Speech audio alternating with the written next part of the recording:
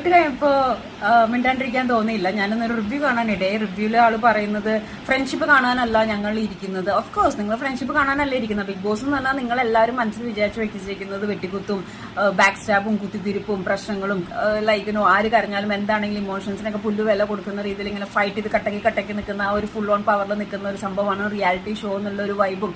അവിടെ ഫ്രണ്ട്ഷിപ്പും സമാധാനവും കാര്യങ്ങളൊന്നും വേണ്ട, വെട്ടിക്കുത്തും കാര്യങ്ങളും മതി എന്നുള്ളൊരു വൈബാണ് നിങ്ങളുടെ മൈൻഡിലുള്ളത്. നിങ്ങളുടെ തെറ്റല്ല. ഓക്കെ, അപ്പൊ ഇതിനകത്ത് ഇവർ പറയുന്നുണ്ട് ഫ്രണ്ട്ഷിപ്പ് കാണാനല്ല ഇരിക്കുന്നത്, നീ ചെയ്യടോ ഞാൻ ചെയ്യടോ എന്നുള്ളൊരു വൈബോട് കൂടിയിട്ടാണ് ഇരിക്കുന്നത് എന്നുള്ളത്. അതിൻ്റെ ഒരു കണ്ടസ്റ്റന്റ് ആയ എനിക്ക് സ്ട്രോങ് ആയിട്ട് പറയാൻ പറ്റും അവിടെ ഒരു കണ്ടസ്റ്റന്റ് പോലും വിട്ടുകൊടുക്കുകയോ അല്ലെങ്കിൽ അവർക്ക് പറ്റാവുന്ന മാക്സിമം അവർ ട്രൈ ചെയ്തിട്ടുണ്ട്. ഫൈറ്റ് കഴിഞ്ഞതിന് ശേഷം അവരത് കോംപ്രമൈസ് ചെയ്യാൻ നോക്കിയിട്ടുണ്ട്. ഓക്കെ, അപ്പോൾ 5 ഫ്ലോപ്പോ whatever it's done actually. Content ഇല്ലാത്തതുകൊണ്ടാണോ സീസൺ 6 തുടങ്ങാൻ പോകുമ്പോൾ അതിന്റെ കാര്യങ്ങളെ പറ്റി സംസാരിക്കാതെ ഇപ്പൊ സീസൺ 5 ഫ്ലോപ്പ് ആയിരുന്നു എന്നുള്ള സംഭവത്തൊക്കെ കീറി മുളിച്ച് പശുവും ചത്തും മോറിലെ പുളിയും തീർന്നു. പിന്നെ എന്തിനാണ് ഇതിനെപ്പറ്റി സംസാരിക്കുന്നത്? It's done.